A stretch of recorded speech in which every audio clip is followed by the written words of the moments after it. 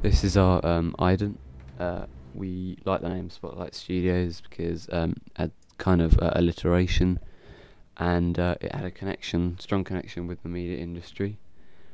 We made the ident using Adobe After Effects and the 3D technology in the program, and yeah, we thought it had quite an effective look. These are the titles, just to show who worked on the piece. We liked them because they were quite simplistic, just being white on the screen. Also, they didn't take up the whole frame, so it didn't distract or detract from the piece. This is an establishing shot of Trafalgar Square. We liked it and decided to use it because it was a nice smooth shot, and the lens flare I thought worked quite well. We've used several establishing shots of various locations in London, and we thought it would give the piece a sort of a wider scale. We go into more detail in the location scout videos.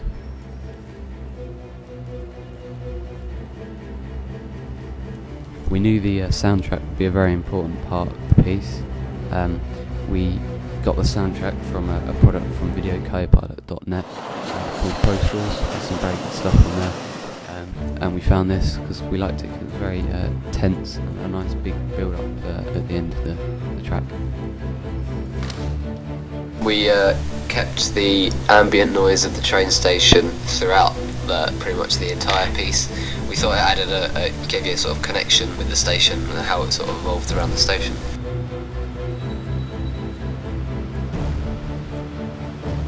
We decided to add a couple of text messages during the piece to add a bit of clarity to the piece. So some viewers in the initial screening said they were a little confused as to what was going on.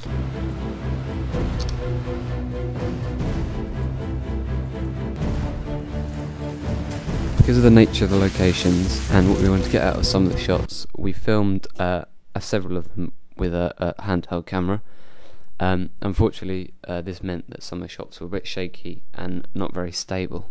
We corrected this shaky footage using the newest version of Adobe After Effects and an effect called Warp Stabilizer. This basically analyzes the footage and makes it stable.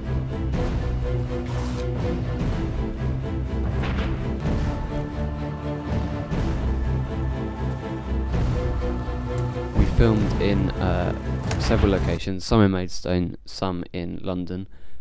We decided to film in London as it gave the piece a bigger, larger scale, and because there are many locations in London that are very famous.